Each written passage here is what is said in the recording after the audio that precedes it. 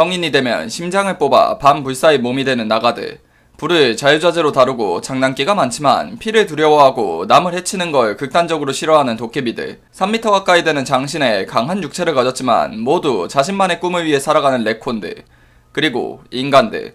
800년 전 대확장전쟁이 끝나고 남과 북으로 갈라져 네 종족은 살아가고 그렇게 이어진 800년의 평화로운 세월이 끝나려고 합니다. 오늘 리뷰할 소설은 눈물을 마시는 새입니다. 저는 이 소설을 4권 완결까지 보았습니다. 한국 국산 판타지의 거장 이영도 작가님, 그리고 그 거장의 야심작, 고전 명작. 저는 오늘 이 소설을 가리키는 모든 수식어를 빼고 그냥 다른 작품들과 똑같은 시점에서 리뷰를 하고자 합니다. 우선 소설을 읽기 시작하고 처음 느끼는 감정은 당황입니다. 이 소설은 소설만의 유니크한 세계관을 가지고 있습니다.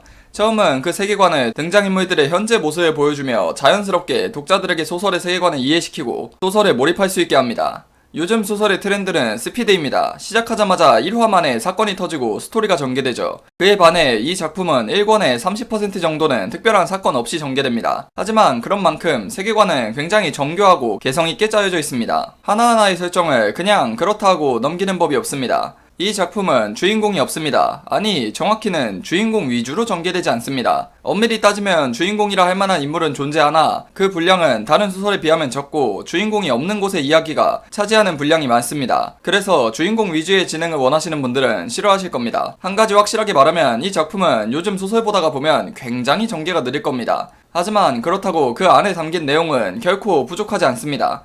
하나하나의 등장인물들이 모두 주인공이라는 듯 감정 묘사는 자세하고 이야기에 작가님의 철학과 교훈이 담겨져 있습니다. 저는 예전 유튜브 댓글에서 이런 말을 한 적이 있습니다. 나는 소설을 보면서 교훈을 얻거나 나의 가치관을 넓히기 위해 소설을 보지 않는다. 이 소설은 보면서 생각이 넓어지고 가치관이 넓어질 만한 작품입니다. 하지만 그렇기에 별 생각 없이 그저 즐겁게 소설을 보시는 분들은 충분히 싫어할 만합니다.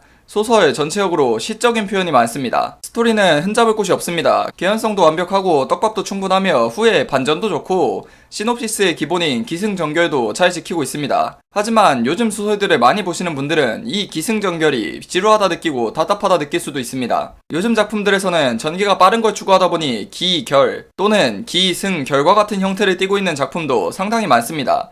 예전에는 기승전결이 지키지 않으면 그건 잘못되었다고 했습니다. 하지만 요즘에는 그런 생각이 꽤 바뀌기도 했지요. 스토리를 전개하면서 무엇 하나 그냥 대충 넘기는 게 없습니다. 제가 이 작품의 주인공이 없다고 말한 게 수많은 등장인물들이 사연이 있으며 개성있고 입체적인 성격을 가지고 메인 스토리가 아니라고 대충 넘기지 않습니다. 정확히는 모든 스토리가 메인 스토리의 일부라고 보시면 됩니다. 굉장히 좋은 작품이었습니다. 하지만 주인공 위주의 스토리 전개와 빠른 전개를 원하시는 분들, 그리고 소설에서 철학을 느끼거나 교훈을 얻기보단 그냥 순수하게 재미있는 회기자 사용 설명서 같은 류의 작품을 좋아하시는 분들은 취향에 안 맞을 거라 생각합니다. 제가 매기는 눈물을 마시는 새의 평점은 세계관 4.5점, 스토리 전개 5점, 필력 5점, 설정의 탄탄한 5점, 등장인물들의 지능 5점, 소설의 어두움 3점, 스토리의 깊이 5점입니다.